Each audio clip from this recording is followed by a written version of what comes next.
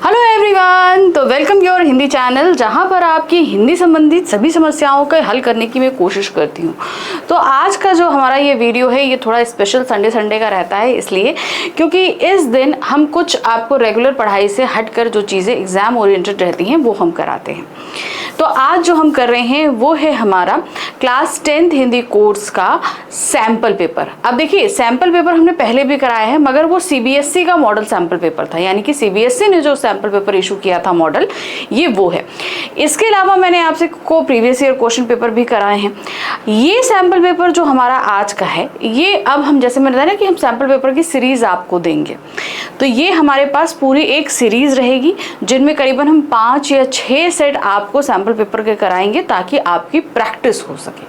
तो अभी तक हमने जो सैम्पल पेपर दिए हैं वो क्लास 10th कोर्स ए के, क्लास 12th कोर के, और आज हम दे रहे हैं class 10th Hindi course B के। और इसके बाद जो नेक्स्ट संडे हमारा आएगा उसमें हमारा क्लास 12th हिंदी इलेक्टिव का भी सैम्पल पेपर रहेगा। तो इस तरीके से हम आपको लेकर चल रहे हैं ताकि हमारी जो रेगुलर पढ़ाई है वो तो हम करते जाएं, लेकिन साथ ही साथ कुछ सेट्स, कुछ चीज़ें, ऐसे वीडियोस भी आपको देती जाऊं जो आपकी प्रैक्टिस के लिए काफ़ी अच्छे रहें। तो अब जो हम लेकर आ रहे हैं ये सैम्पल पेपर है। अब बहुत सारे बच्चों को ये रिक्वेस्ट मेरे पास आई कि मैम व्याकरण करा दीजिए। वैसे तो व्याकरण के सेपरेट मैंने वीडियोस ऑलरेडी आपके बनाए हुए हैं, लेकिन हम जो है ग्रामर का एक क्विक रिवीजन वीडियो भी लेकर आएंगे, ठीक है। तो थोड़ा सा वक्त दीजिए, मे बी मैं आपके लिए दिसंबर मिड में ये वीडियो ज़रूर लेकर आऊँगी, मगर लाने से पहले इन्फॉर्मेशन ज़रूर दूंगी, ठीक है। चलिए तो शुरू करते हैं फटाफट सैम्पल पेपर। बिल्कुल कि टाइम आपके पास भी नहीं है, टाइम हमारे पास भी नहीं है, आपको पढ़ने का बहुत ज़्यादा टाइम चाहिए, तो मुझे आपके लिए एग्ज़ाम ओरिएंटेड वीडियोज़ बनाने के लिए टाइम चाहिए, ठीक है। तो चलिए आज हम कर रहे हैं class 10th Hindi course B के सैम्पल क्वेश्चन पेपर नंबर 1। ये सेशन 2025-26 के लिए है। कोड संख्या ध्यान रखिएगा 85 है। तो ध्यान रखिए, आपके पास में जब भी क्वेश्चन पेपर आएगा आपको 15 मिनट उससे पहले रीडिंग टाइम मिलेगा, ठीक है। ये एक्चुअल की जो आपको बोर्ड पेपर मिलेगा, तो उस रीडिंग टाइम को आप बहुत अच्छे से यूटिलाइज करेंगे। ध्यान रखिए, उस 15 मिनट में आपको पेपर पढ़ना भी है। आपके अपठित गद्यांश जो दिए गए हैं, 2 गद्यांश आपके पास में रहेंगे, उनके क्वेश्चंस आंसर्स भी आपको उनके आंसर्स ढूंढने हैं। जो पठित गद्यांश और पद्यांश रहेंगे उनके भी आंसर ढूंढ लेने हैं, क्योंकि इनको ढूंढने में बहुत ज़्यादा टाइम हमारा जाएगा, जिसे हम राइटिंग टाइम के अंदर इंक्लूड नहीं करना चाहते हैं। तो ये सारा काम आपको करना है उस 15 मिनट के अंदर, क्योंकि अंदर जो आपके पास 3 घंटे का समय दिया जा रहा है उसमें आपको लिखना बहुत कुछ है। चलिए देखते हैं। ये है आपका सैम्पल क्वेश्चन नंबर 1 है, हिंदी कोर्स भी है, कोड है आपका 085, ध्यान रखिएगा। ये सेशन जो है 25 और 26 के लिए है। आप सभी को पता है कि आपका पेपर होने वाला है 2 मार्च, ठीक है। तो थोड़ा अच्छे से प्रिपेयर करना है। चलिए देखते हैं। निर्धारित समय आपको 3 घंटे का मिलेगा। पूर्णांक 80 मार्क्स का रहेगा। कुछ सामान्य निर्देश हैं, इन निर्देश को आप अभी अच्छे से समझ लीजिए तो पेपर में आपको ज़्यादा परेशानी नहीं आएगी। देखिए क्या दिया है इस प्रश्न पत्र में। 4 खंड हैं। खंड का, खा, गा, गा। खंड का जो है वो आपका अपठित बोध आधारित है, जिसमें 2 अपठित आपके गद्यांश रहेंगे। खंड खा आपका व्यवहारिक व्याकरण आधारित है, जिसके अंदर 4 प्रश्न रहेंगे और 20 उप प्रश्न रहेंगे, लेकिन आपको सिर्फ करने 16 प्रश्न हैं। फिर आपका आ जाता है खंड गा, जो आपकी पाठ्य पुस्तक अक, स्पर्श और संचयन पे आधारित प्रश्न रहेंगे, जिसमें आपके पास में बहुविकल्पीय, लघु उत्तरीय और दीर्घ उत्तरीय 3 तरह के प्रश्न आएंगे। खंड घा में आपके पास रचनात्मक लेखन रहेगा, जिसमें अनुच्छेद लेखन, पत्र लेखन, विज्ञापन लेखन, आपका सूचना लेखन, और इसके अलावा आपके पास लघु कथा लेखन, ईमेल लेखन, ये सारी चीजें रहेंगी, ठीक है। तो एक हमने क्विक आपको बता दिया है, फटाफट निर्देश पढ़ लेते हैं। खंड का में अपठित गद्यांश से प्रश्न पूछे गए हैं, जिनके उत्तर दिए गए निर्देशों का पालन करते हुए देना है। खंड खा में व्यवहारिक व्याकरण से प्रश्न पूछे गए हैं, आंतरिक विकल्प दिए गए हैं। हर एक क्वेश्चन में विकल्प है, ठीक है। 5 क्वेश्चन दिए जाएंगे तो आपको 4 प्रश्न करने होंगे। खंड गा पाठ्य पुस्तक पर आधारित है, निर्देशानुसार उत्तर देने हैं आपको। हर जो दोनों पाठ्य पुस्तक हमारी स्पर्श संचयन रहेंगी, हर प्रश्न के साथ आपके पास जो है ऑप्शन मौजूद रहेगा। सिर्फ बहुविकल्पीय वाला जो प्रश्न रहेगा, जो गद्यांश और काव्यांश आधारित आपके बहुविकल्पीय प्रश्न रहेंगे, उनमें कोई ऑप्शन नहीं है, लेकिन बाकी सब में आपको ऑप्शन मिलेगा। खंड घ रचनात्मक लेखन पर आधारित है, आंतरिक विकल्प दिए गए हैं। हर प्रश्न के साथ आपके सामने ऑप्शन रखे गए हैं। फिर आते हैं प्रश्न पत्र में कुल 16 प्रश्न हैं, सभी प्रश्न अनिवार्य हैं। अब आप कहेंगे तो देखिए 16 प्रश्न तो सारे के सारे करने ही करने हैं, लेकिन इनके अंदर जो उप प्रश्न दिए गए हैं उनमें ऑप्शन मौजूद है। ठीक है, यथासंभव सभी खंडों के प्रश्नों के उत्तर क्रमशः लिखने हैं। तो ये आपको बहुत ध्यान देना है।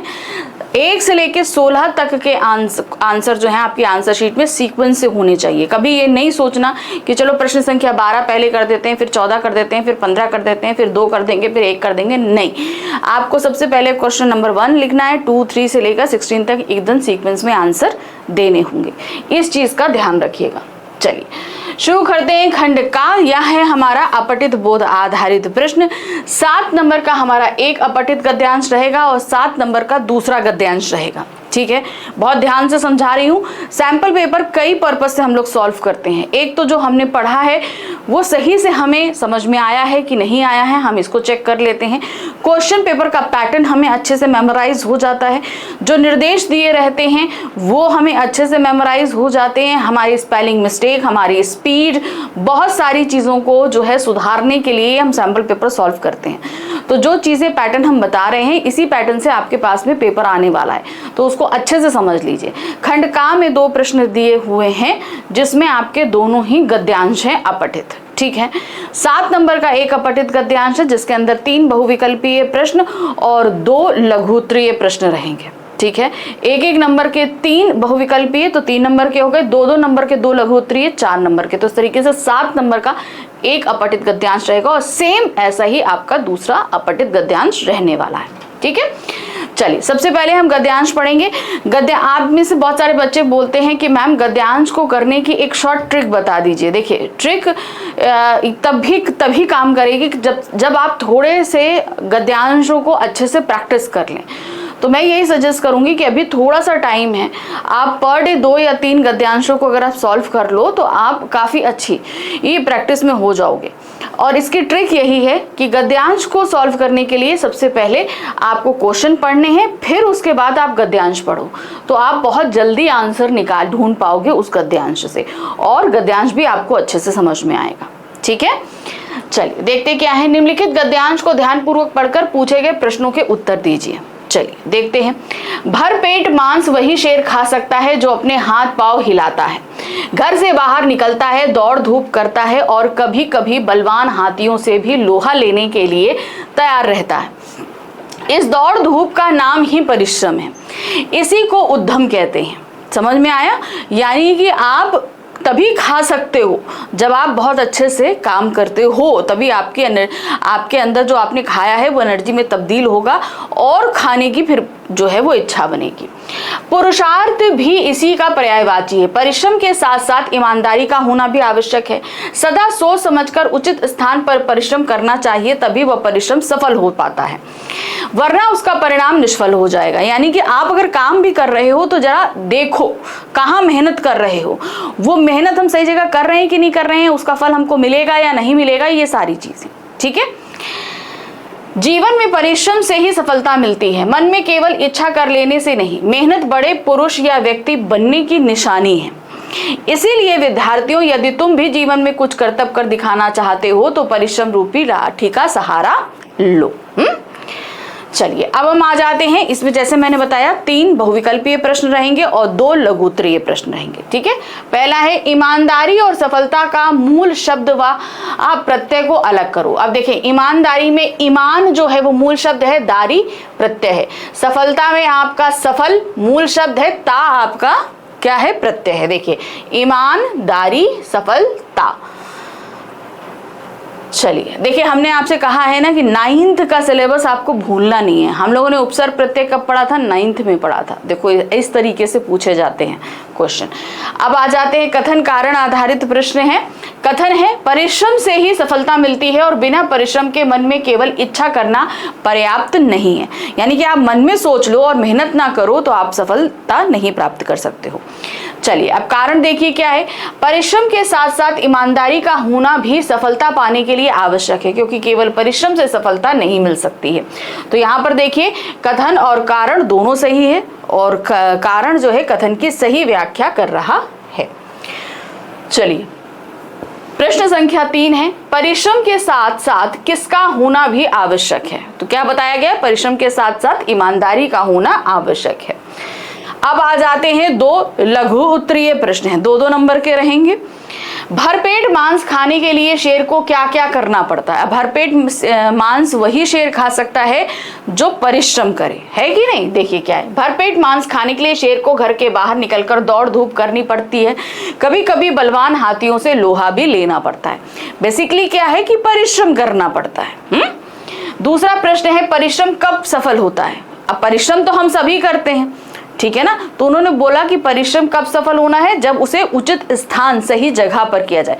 बहुत सारे लोग हैं परिश्रम मेहनत ऐसी जगह कर देते हैं जहां पे उनको फल नहीं मिल पाता है, ठीक है। तो हमें परिश्रम करना है, लेकिन ये देखना है कि आप किस डायरेक्शन में कर रहे हो, वो डायरेक्शन सही है कि नहीं है। ये चीज, जैसे आप सब पढ़ाई कर रहे हो, पढ़ाई करने के बावजूद जो है आप, जैसे आप जितनी मेहनत कर रहे हो, हर बच्चा उतनी मेहनत कर रहा है, लेकिन कभी कभी आपको लगता है कि मेरे मार्क्स कहीं ना कहीं कम हो जाते। हो सकता है कि आपके पढ़ाई करने के तरीके में कहीं कुछ गड़बड़ हो। जैसे बहुत सारे बच्चे क्या है कि जो इजी टॉपिक होता है उसे सबसे पहले उठाते हैं, फ्रेश माइंड से उसे कंप्लीट कर लेते हैं, फिर सोचते हैं मैं टफ टॉपिक करूंगा। लेकिन हमेशा इसका उल्टा करना चाहिए। जब आपका बिल्कुल फ्रेश माइंड है, मॉर्निंग के टाइम आप पढ़ना शुरू कर रहे हो, तो वो टॉपिक उठाओ जो आपको सबसे ज़्यादा टफ लगता है, क्योंकि फ्रेश माइंड से जब आप वो टफ टॉपिक पढ़ोगे तो वो आप बहुत अच्छे से कर पाओगे। तो सिर्फ परिश्रम करना ही नहीं, सही डायरेक्शन में परिश्रम करना, समझ कर करना, ये बहुत जरूरी है। सोच समझकर उचित स्थान पर किया गया परिश्रम ही सफल होता है, ठीक है। चलिए, अब हम आ जाते हैं दूसरे गद्यांश में। इसे भी हमें फटाफट पढ़ना है और इस पर आधारित हमारे पास में फिर से 5 प्रश्न हैं, जिसमें 3 बहुविकल्पीय और 2 लघु उत्तरीय प्रश्न हैं, ठीक। चलिए देखिए क्या है, निम्नलिखित गद्यांश को ध्यानपूर्वक पढ़कर पूछे गए प्रश्नों के उत्तर दीजिए। 7 नंबर का ये हमारा रहेगा। मृत्यु अथवा अर्थात यमराज के घर का मार्ग सचमुच बड़ा भयावना था, यानी कि बहुत ही ज्यादा भयानक है, डरावना था। नचिकेता ने देखा कि अपने अपने कर्मों के कारण लोग मृत्यु से किस तरह घबराते हैं।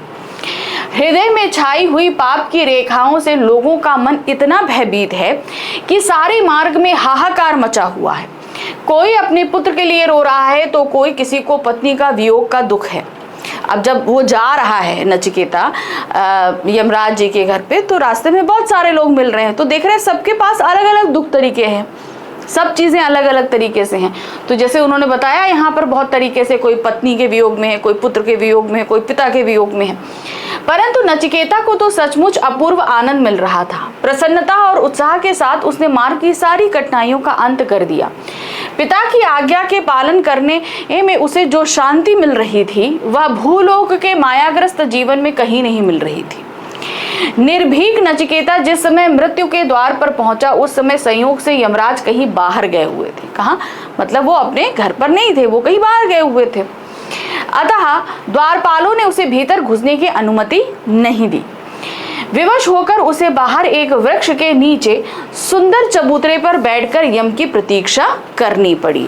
अब भाई जब अंदर घर में नहीं है तो बाहर बैठकर करनी पड़ेगी, वो करने लगा। अब इस पर क्या है, पहले बहुविकल्पीय प्रश्न। पहला है, लोगों का मन भयभीत क्यों था? क्या था? हृदय में छाई हुई पाप की रेखाओं के कारण जो है उनका मन भयभीत था। नेक्स्ट आते हैं, कथन और कारण आधारित है। कथन है, नचिकेता ने मृत्यु के मार्ग में आने वाली कठिनाइयों को उत्साह और प्रसन्नता से पार किया। बिल्कुल सही है, वो बहुत उत्साह था क्योंकि वो अपने पिता की आज्ञा का पालन कर रहा था। कारण, नचिकेता को अपने पिता की आज्ञा का पालन करने में आत्मिक शांति और संतोष प्राप्त हो रहा था। तो बिल्कुल सही है, वो उत्साहित क्यों था और प्रसन्न क्यों था? क्योंकि वो अपने पिता की आज्ञा का पालन कर रहा था। कथन और कारण दोनों सही है और कारण कथन की सही व्याख्या करता है, ठीक है। तीसरा प्रश्न है, भूलोक का समानार्थी शब्द क्या होगा? भूलोक, भू मतलब पृथ्वी, लोक तो यहां सीधे सीधे क्या हो गया? पृथ्वी लोक। सही है बिल्कुल। अब आ जाते हैं लघु उत्तरीय प्रश्न। 2 लघु उत्तरीय प्रश्न है हमारे पास। पहला है, नचिकेता ने लोगों को अपने कर्मों के कारण किस दशा में देखा? कैसी दिशा में? सबके भाई सबको अपने कर्मों के हिसाब से फल मिला हुआ था, तो वो किस तरीके से उसने देखा? नचिकेता ने लोगों को अपने कर्मों के कारण मृत्यु से घबराते हुए देखा। बिल्कुल सही है।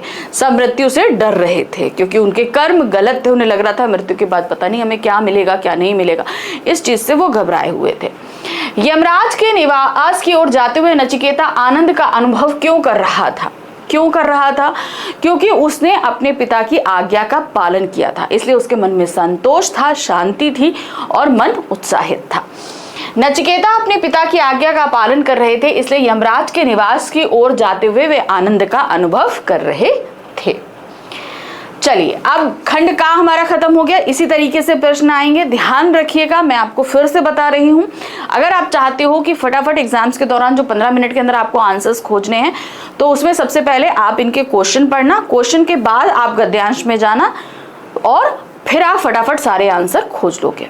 ठीक है, चलिए अब आ जाते हैं प्रश्न संख्या 3, जहां से हमारा शुरू हो रहा है खंड खा। तो ध्यान से समझिए, खंड खा हमारा व्यवहारिक व्याकरण आधारित प्रश्न है, जिसके अंदर हमारे व्याकरण के 4 टॉपिक पर आधारित प्रश्न पूछे जाएंगे। व्याकरण के हमारे 4 टॉपिक हैं, जिनमें पदबंध है, रचना के आधार पर वाक्य रूपांतरण है, समास है और मुहावरे हैं। ठीक है, हर टॉपिक पर 5 प्रश्न आएंगे, आपको सिर्फ 4 प्रश्न करने होंगे, 1-1 नंबर के ये प्रश्न रहेंगे। तो इस तरीके से 4 टॉपिक पे जब आप 4 सही आंसर्स करोगे तो ये हमारे क्या हो जाएंगे, 16 मार्क्स के। अब आप में से कुछ बच्चे हमसे क्वेश्चन भी करते हैं या ये जो है ओवर स्मार्टनेस के चक्कर भी काम करते हैं, वो आपको नहीं करना है। आप में से बहुत सारे बच्चे सोचते हैं कि अरे 5 के 5 प्रश्न हैं, हम 5 कर देते हैं, 4 प्रश्न क्या करने हैं, जो इससे अच्छा है कि हमको 5 के 5 मतलब 4 के 4 पूरे मिल जाएंगे। अगर मान लो 4 किया उसमें 1 गलत हुआ तो हमें कम मिलेंगे, तो ये गलत है आपका। मान लीजिए आपके पास जो है आपने 5 प्रश्न किए, ठीक है, आपने 5 प्रश्न किए, तो प्रश्न संख्या 1 2 3 4 5 आप 5 कर लोगे। अब उसमें मान लीजिए जो आपने किया उसमें प्रश्न संख्या 3 का आंसर गलत है आपका, ठीक है। अब चेकिंग की जो रूल है सीबीएसई के अकॉर्डिंग, उसमें अगर बच्चे ने ओवर अटेम्प्ट किया है तो जो स्टार्टिंग के जो रहेंगे वही चेक किए जाएंगे, यानी कि 1 से लेके 4 तक ही आपका चेक होगा, 5वां तो आपका चेक ही नहीं होगा, जिसमें आपने फिजूल में अपना टाइम वेस्ट कर दिया है।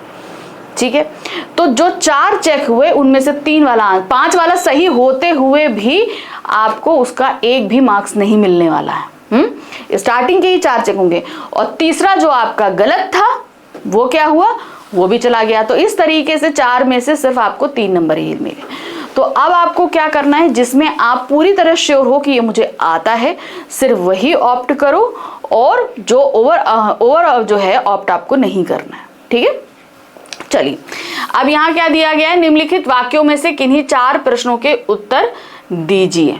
अब यहाँ पर हमारे पास पदबंध आधारित प्रश्न आए हैं। ठीक है, पदबंध आधारित 5 प्रश्न पूछे गए हैं, हमें सिर्फ 4 प्रश्न करने होंगे, 1-1 नंबर के प्रश्न रहेंगे। देखिए, देर होने के कारण राम तेज दौड़ते हुए विद्यालय पहुंचा, क्रिया विशेषण पदबंध पहचानिए। अब इसमें क्रिया विशेषण हम कैसे पहचानेंगे? क्रिया विशेषण पहचानने के लिए हमें सबसे पहले क्रिया को ढूंढना पड़ता है। क्रिया हमारी क्या है, पहुंचा, विद्यालय पहुंचना हमारी क्रिया है। अब वो क्रिया किस तरीके से संपन्न हो रही है, तेज दौड़ते हुए। तो इस तरीके से क्रिया की विशेषता जो शब्द बताएंगे वो हमारा क्रिया विशेषण कहलाएगा। तो इस तरीके से तेज दौड़ते हुए हमारा क्या हो जाएगा, क्रिया विशेषण पदबंध। ठीक है, चलिए नेक्स्ट आ जाते हैं। उसकी कल्पना में वह अद्भुत साहसी युवक था। इस वाक्य में संज्ञा पदबंध। अब संज्ञा पदबंध ढूंढने का सबसे अच्छा तरीका है कि जो पूरा सेंटेंस दिया है उसमें आपको संज्ञा ढूंढना है। अब इसमें क्या है, देखिए यहाँ पर युवक जो है वो क्या है, संज्ञा है।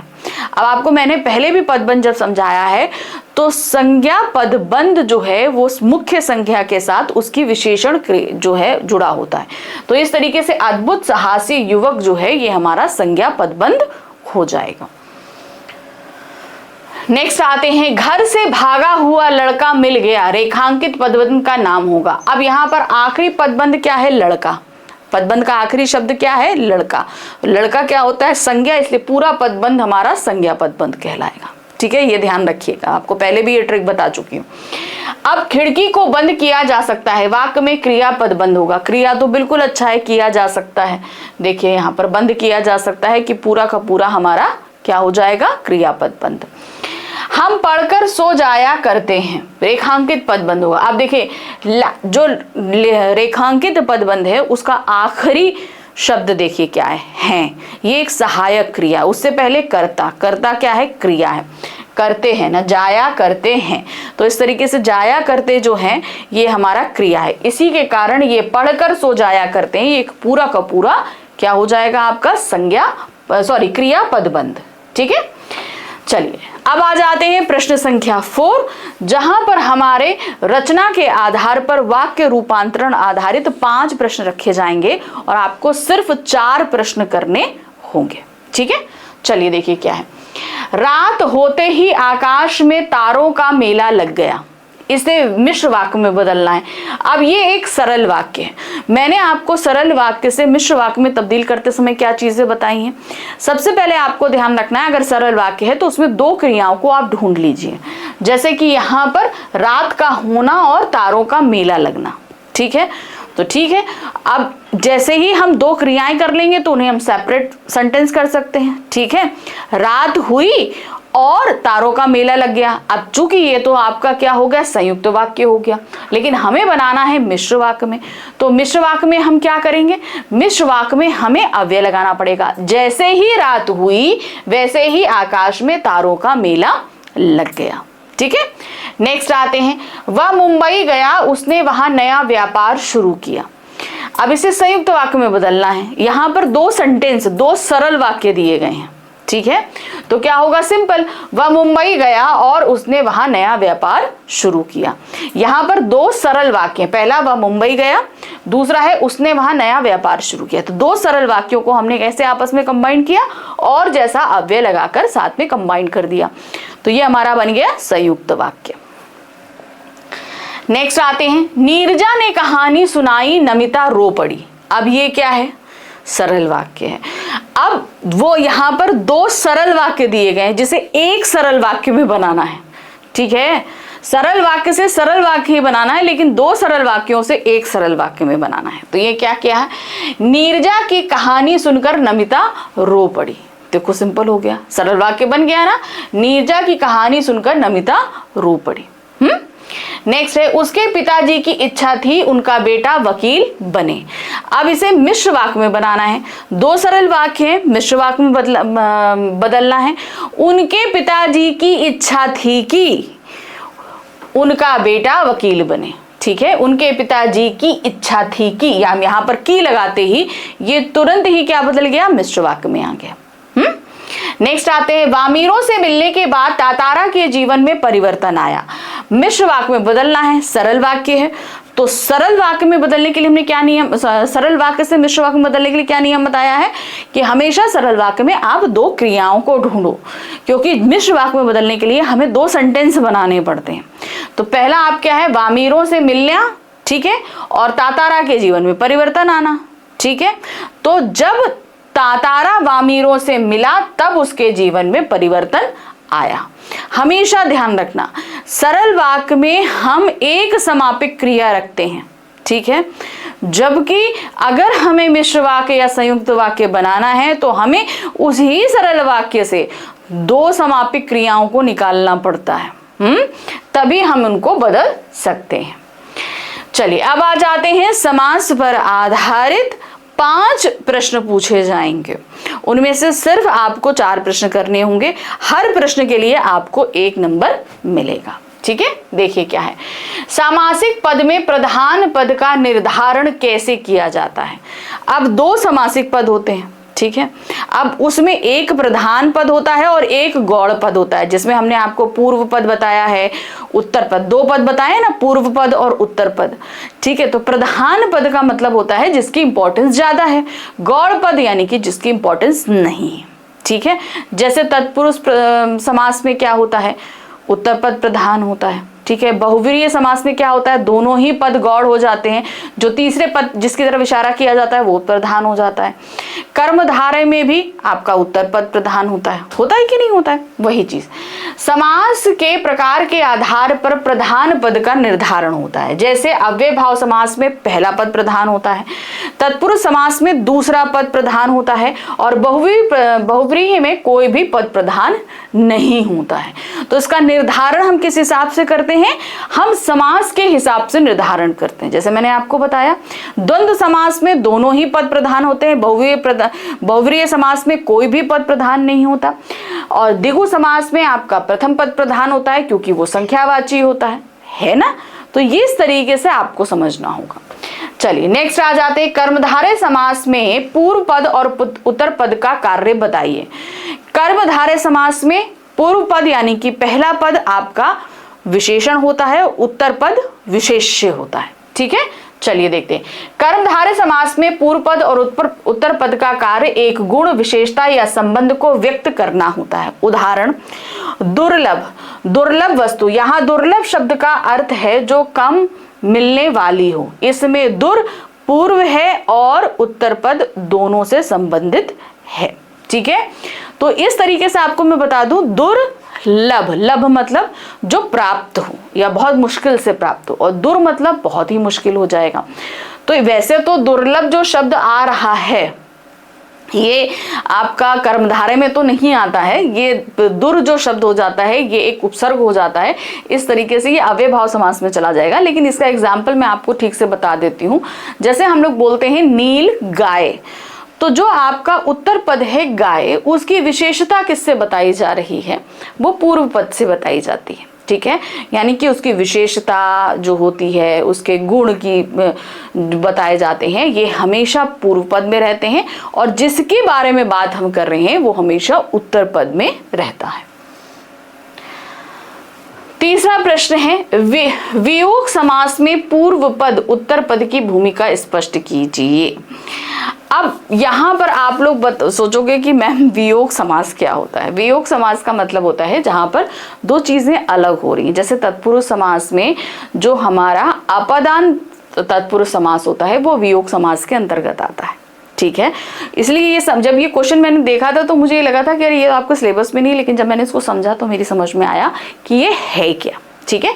देखिए, वियोग समास में दो शब्दों का संयोजन होता है। यहाँ दोनों पद एक दूसरे से अलग होते हैं और उनके बीच का संबंध स्पष्ट नहीं होता है, ठीक है।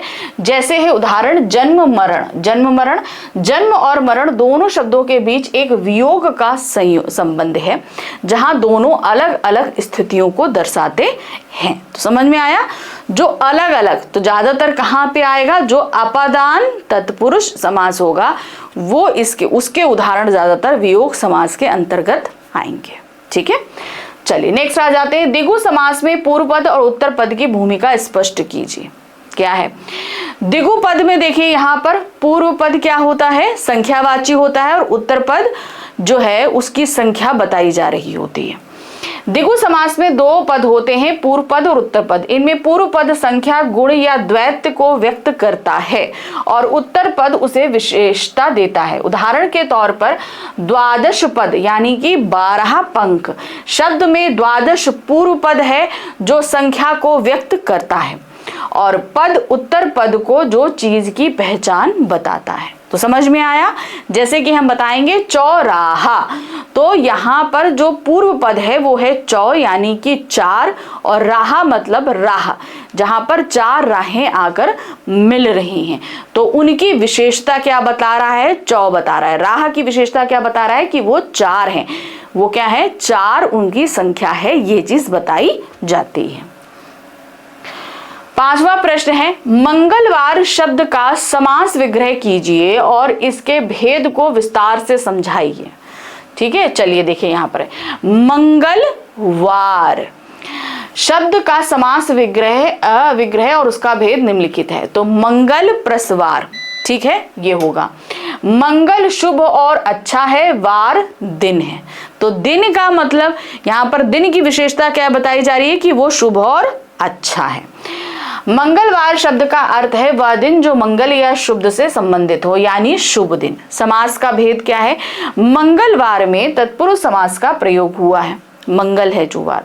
तत्पुरुष समास वह समास होता है जिसमें पहले पद का गुण और विशेषता दूसरे में व्यक्त होती है। इस समास में दोनों संबंधों का संबंध इस प्रकार होता है, पहले और दूसरे में विशेष रूप से नहीं। तो ये गलत है, मैं पहले बता देती हूँ, ठीक है। यहाँ पर थोड़ी सी मिस्टेक है, आप ध्यान दीजिएगा। यहाँ पर जो दिया गया है, यहाँ पर ये तत्पुरुष समास का नहीं, ये कर्मधारय समास का उदाहरण है। किसका है? ये कर्मधारय समास का उदाहरण है। याद रखिए, मंगल अच्छी बात है, ठीक है, वार मतलब दिन, तो शुभ है जो दिन। अगर मंगलवार का हम विग्रह करेंगे तो विग्रह क्या करेगा? वो बनेगा शुभ है जो दिन या मंगल है जो दिन। तो ये हमारा कर्मधारय समास होगा, ना कि तत्पुरुष समास होगा, ठीक है। ये है। चलिए नेक्स्ट आ जाते हैं।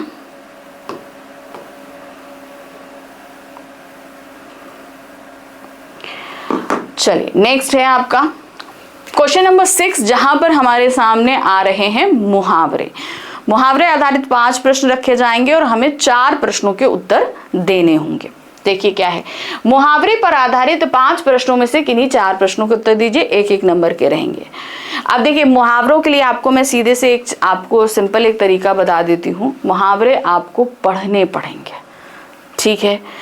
आप 8th क्लास की बुक ले लीजिए या 7th क्लास की बुक ले लीजिए, आपको वैरायटी ऑफ क्वेश्चंस मिलेंगे। बहुत सारे क्वेश्चंस जो हैं वो मुहावरे पे मिलेंगे, बहुत सारे मुहावरे मिलेंगे, उनको आप पढ़ो। और अभी टाइम है, अभी पढ़ लो। ये नहीं कि एग्ज़ाम आपका 2 मार्च का है तो आप जो है 7 तारीख को क्या कहते हैं, आप 20 मार्च को सोच रहे हो या 26 मार्च को सोच रहे हो कि 26 फरवरी को सोच रहे हो कि मैम मुहावरे कहाँ से पढ़ें। तो अभी समय है, मुहावरे खोज लो और अभी से पढ़ लो, और बाद में सिर्फ आपको रिवाइज करना होगा, ठीक है। प्रातः काल बिस्तर से उठते ही चाय पीना फिर ब्रश करने का प्रचलन भारतीय संस्कृति की दृष्टि से डैश जैसा है। उपयुक्त मुहावरे द्वारा रिक्त स्थान की पूर्ति कीजिए। अब पहले क्या होता था, ऑप्शंस आते थे, लेकिन यहाँ पर क्या है, पहले चाय पीना और बाद में ब्रश करना। ये तो भाई गलत चीज है। भाई पहले आप ब्रश करो, रात भर के सोए हुए हो, फिर चाय पियो, तो ये उल्टा काम किया जा रहा है। तो इसके लिए हम क्या बनेंगे, उल्टी गंगा बहाने जैसा है, ठीक है। नेक्स्ट आते हैं, कौवे की चोंच में रोटी का टुकड़ा देकर लोमड़ी के डैश आ गया। अब क्या आ गया था, कहानी सुनी हुई है, उसको लालच आ गया था रोटी का टुकड़ा देखकर, तो क्या होगा, मुंह में पानी आ गया था।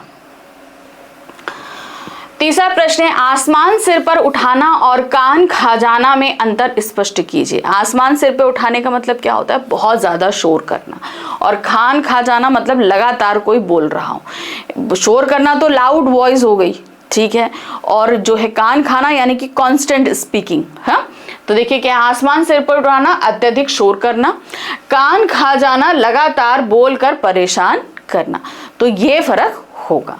नेक्स्ट आते हैं, गागर में सागर भरना का वाक्य बनाइए।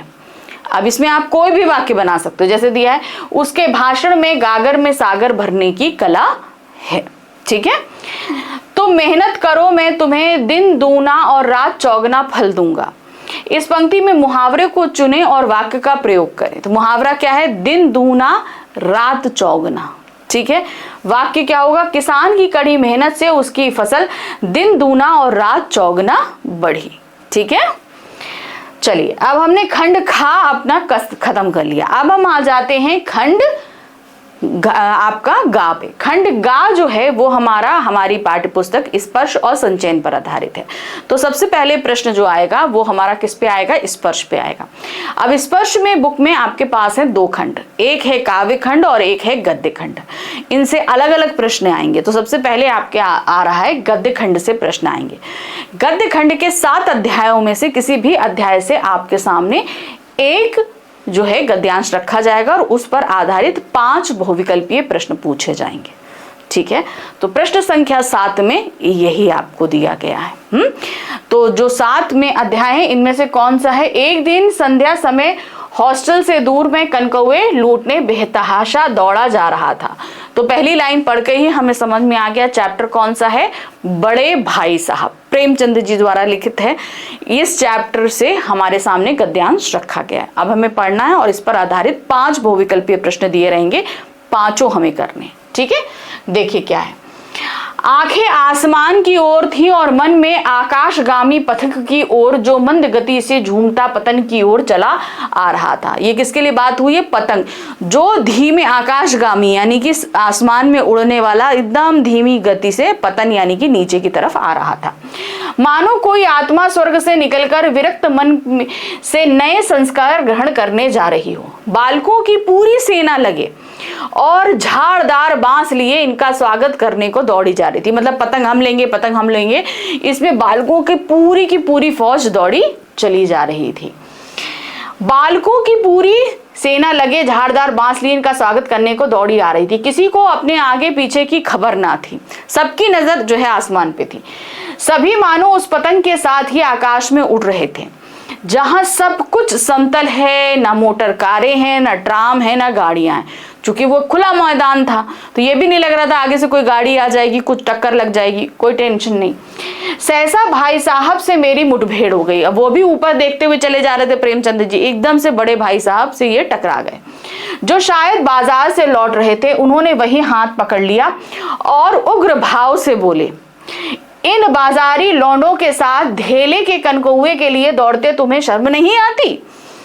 तुम्हें इसका भी कुछ लिहाज नहीं कि अब नीची जमात में नहीं हो, यानी कि तुम अब छोटी क्लास में नहीं हो, अब तुम बड़ी क्लास में आ गए हो, बल्कि 8वीं जमात में आ गए हो और मुझसे केवल 1 दर्जा नीचे हो।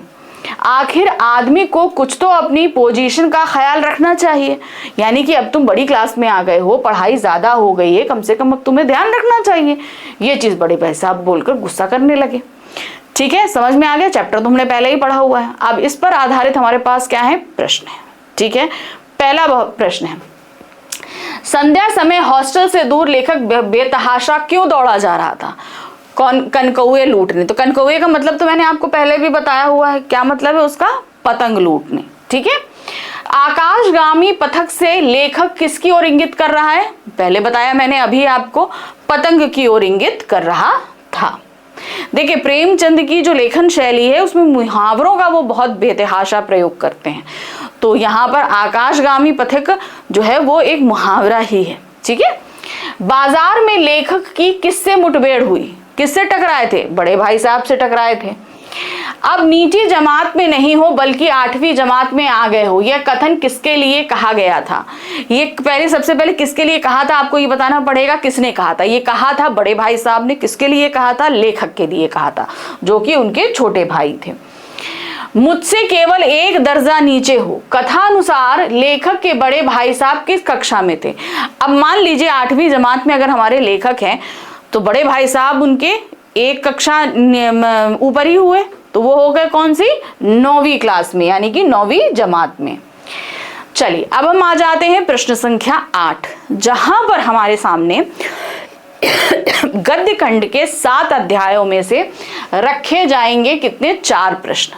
ठीक है, याद रखिए गद्य खंड के जो 7 अध्याय हैं उनमें से आपके सामने रखे जाएंगे कितने, 4 प्रश्न, और आपको करने हैं सिर्फ 3 प्रश्न, और आपका जो उत्तर होना चाहिए वो 25 से 30 शब्दों के बीच होना चाहिए। तो ये लघु उत्तरीय प्रश्न हैं, तो इनका आपको ध्यान रखना है। हर प्रश्न के लिए 2 नंबर मिलेंगे, तो आपको 3 प्रश्न करने हैं। तो जब आप 3 प्रश्न करोगे तो कितने नंबर मिलेंगे आपको? 6 नंबर मिलेंगे। तो समझ में आया? और हाँ, फिर से बोल रही हूँ, वर्ड लिमिट्स पर स्टिक रहना। जितनी वर्ड लिमिट्स आपसे कही जा रही हैं उतनी ही वर्ड लिमिट पे रहना, क्योंकि भाई आप में से बहुत सारे बच्चे क्या करते हैं, अरे लिखते जाओ। इससे देखो बहुत सारा नुकसान होता है। पहला, आपका टाइम वेस्ट होता है, वो टाइम आप सही जगह यूटिलाइज कर सकते हो, क्योंकि आपके पास लिमिटेड 3 घंटे का समय है। तो एक्सेस लिखोगे तो उसके मार्क्स तो आपको मिलने नहीं है और टाइम अलग बर्बाद हो रहा है कि नहीं? दूसरा, आपकी जो इमेज है वो जो कॉपी चेक कर रहा है उसके नज़र में खराब हो जाती है कि भाई बच्चा दिए गए इंस्ट्रक्शंस को सुन नहीं रहा है, तो वो कहीं ना कहीं आपकी कॉपी में भी वही लीनियंट काम करने लगता है। तो जो रूल्स एंड रेगुलेशंस आपको दिए गए हैं उनको पूरा फॉलो करना है आपको। ठीक है, तो 25 से 30 शब्द दिए गए हैं, तो 25 से 30 शब्द ही आपको लिखने हैं। ठीक है, चलिए क्या दिया है, डायरी का पन्ना पाठ में जनता आजादी का पर्व मनाने के लिए अत्यंत उत्साहित थी, पर पुलिस इस पर्व को मनाने के लिए जनता को हतोत्साहित कर रही थी, यानी कि उनके उत्साह को मार रही थी। क्योंकि भाई अंग्रेज सरकार क्यों मनाने देगी आजादी का उत्सव, नहीं मनाने दे रही थी। पुलिस के लिए यह आयोजन रोकना आवश्यक था, क्यों? तर्कसंगत उत्तर दीजिए। जैसे कि मैंने बताया कि उस समय देश आजाद नहीं हुआ था, आजादी से पहले ही 1930 में जो है ये घोषणा कर दी गई थी कि हर साल 26 जनवरी को हम पूर्ण स्वतंत्रता दिवस मनाएंगे।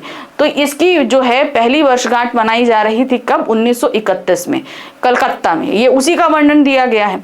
तो उस समय तो यहाँ पर अंग्रेजों का शासन था ना, तो अंग्रेज शासन क्यों पूर्ण स्वतंत्रता की बात मानेगा? क्योंकि वो तो अभी जो है भारत को अपने अंदर ही रखा, अपना उपनिवेश बनाकर रखा हुआ है, तो उसको तो बिल्कुल नहीं, वो तो बनाने ही नहीं देगी ना। डायरी का पन्ना पाठ में जनता आजादी का पर्व मनाने के लिए अत्यंत उत्साहित थी, पर पुलिस इस पर्व को मनाने के लिए जनता को हतोत्साहित कर रही थी। पुलिस के लिए आयोजन रोकना इसलिए आवश्यक था क्योंकि, अब क्यों आवश्यक था? पहला लीजिए, राजनीतिक खतरा। ब्रिटिश सरकार को डर था कि स्वतंत्रता दिवस मनाने से राष्ट्रवादी भावनाएं बढ़ेंगी और उनके शासन के खिलाफ विद्रोह होगा।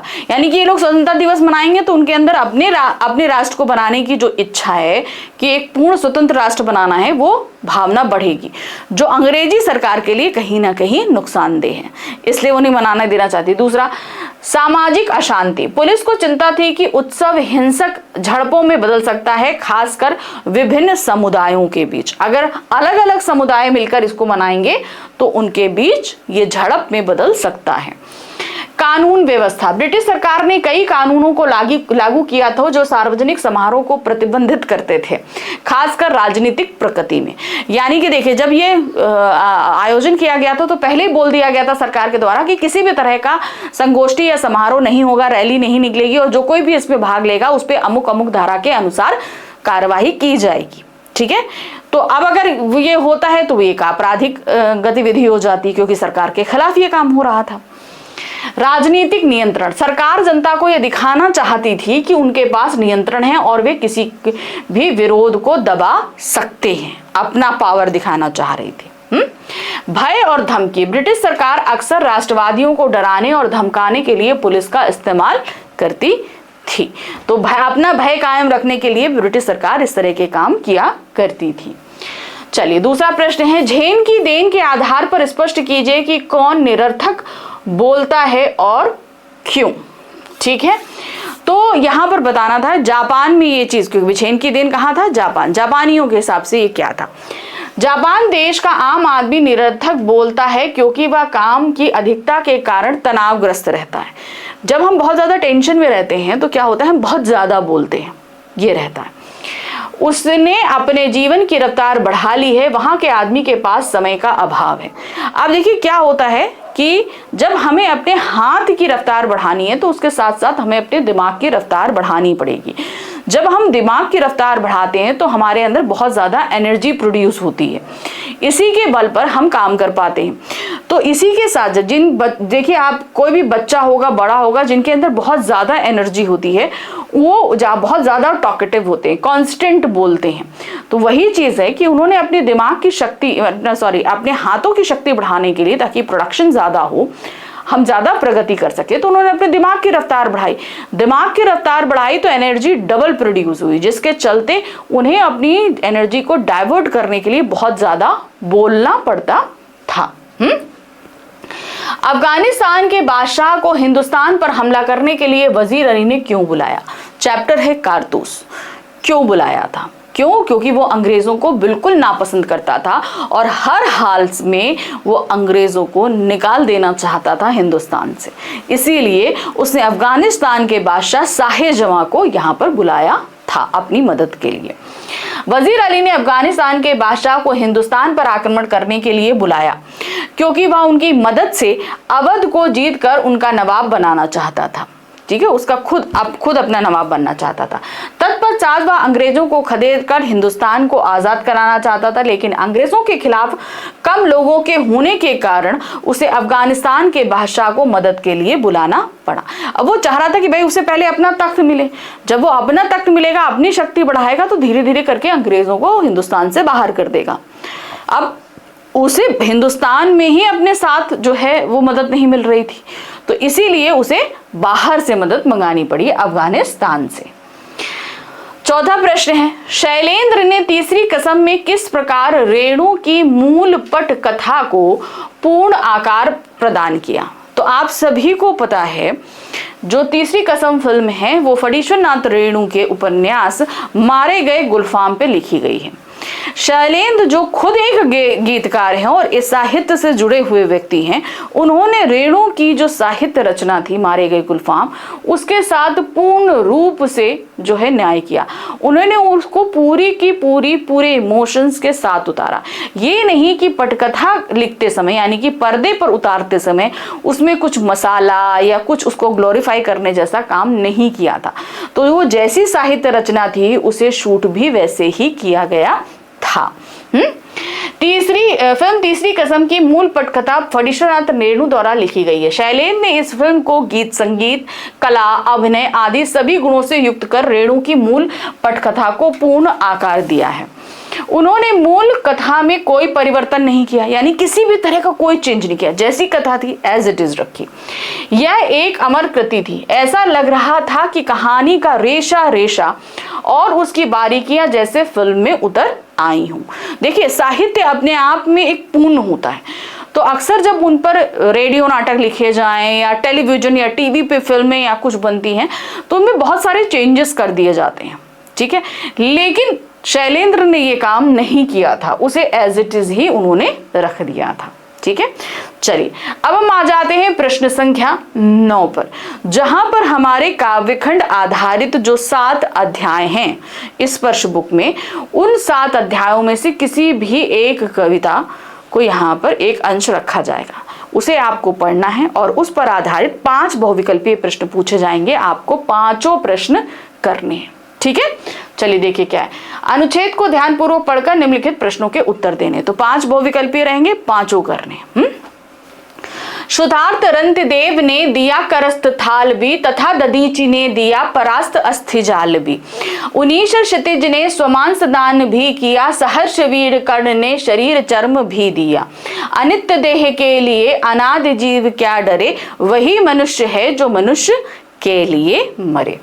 तो ये कविता किस चैप्टर से ली गई है? मनुष्यता से ली गई है। इसको मैं एक्सप्लेन नहीं कर रही हूँ क्योंकि ऑलरेडी मैं 3-4 बार इसको एक्सप्लेन कर चुकी हूँ और आप सभी को अच्छे से पता भी है, ठीक है। अब इस पर है 5 बहुविकल्पीय प्रश्न। 5 प्रश्न हम करेंगे। रंतिदेव कौन थे? तो यहाँ पर क्या था? करस्त थाल दिया था उन्होंने। तो ये क्या था? परम दानी राजा, कुशल समझदार राजा, वीर राजा, बुद्धिमान क्षितिज राजा। तो यहाँ पर देखिए, यहाँ पर आपको पहले ही दिया गया, देखिए शुद्धार्थ रंतिदेव ने दिया करस्त थाल भी। तो शुद्धार्थ का मतलब है भूखे के लिए उन्होंने हाथ में लगा हुआ थाल भी दिया था। तो परम दानी राजा यानी कि हाथ में लगा हुआ भोजन का पूरा थाल उसको दे दिया था। चलिए स्तंभ आ और स्तंभ बा को सुमेलित करना है, देखते हैं। उनीश्वर, दधीचि और कर्ण अपने शरीर की चमड़ी भी दान में दी थी। किसने? कर्ण ने दी थी। किसने दी थी?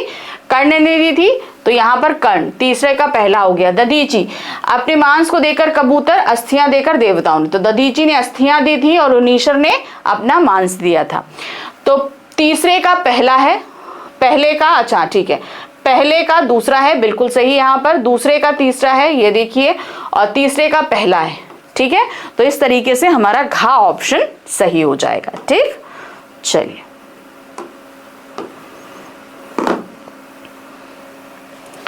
नेक्स्ट आते हैं। कवि ने विभिन्न उदाहरणों के माध्यम से क्या संदेश दिया है? क्या दे रहे हैं वो? शरीर नाशवान है अतः जीव को डरना नहीं चाहिए। उन्होंने वो ही बोला ना, अनित्य देह के लिए अनादि जीव क्या डरे, ठीक है। तो हमें पता है कि ये शरीर एक दिन नष्ट हो जाना है, नाशवान है, तो इसके लिए हमें डरना क्यों है? यही चीज समझाने के लिए उन्होंने कई लोगों के उदाहरण भी दिए हैं। काव्यांश में प्रयुक्त अनादि शब्द का क्या अर्थ है? जिसका आदि या आरंभ ना हो।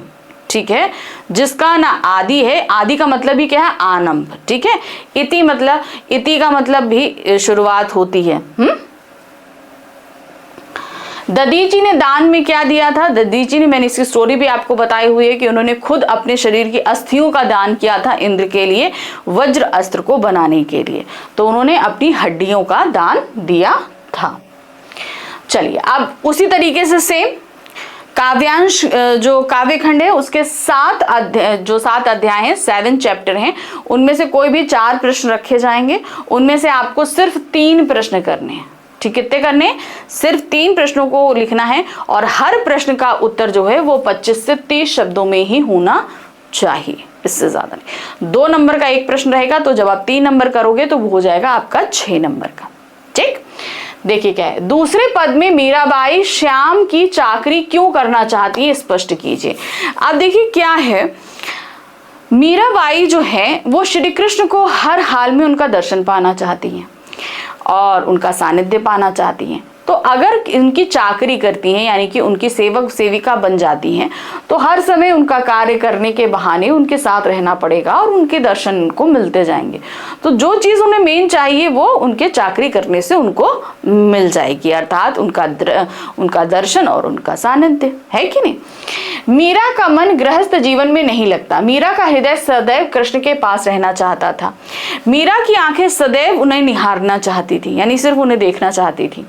उसे पाने के लिए इतना अधीर कि वह उनकी सेविका बनना चाहती थी। अब सोचिए, वो अपना इतना अच्छा जीवन छोड़कर वो श्री कृष्ण की सेविका बन जाना चाहती थी।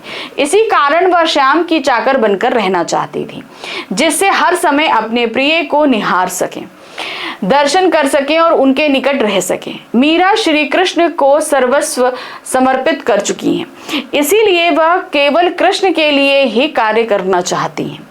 इस प्रकार दासी के रूप में दर्शन, नाम स्मरण और भाव भक्ति रूपी जागीर प्राप्त कर अपना जीवन सफल बनाना चाहती हैं।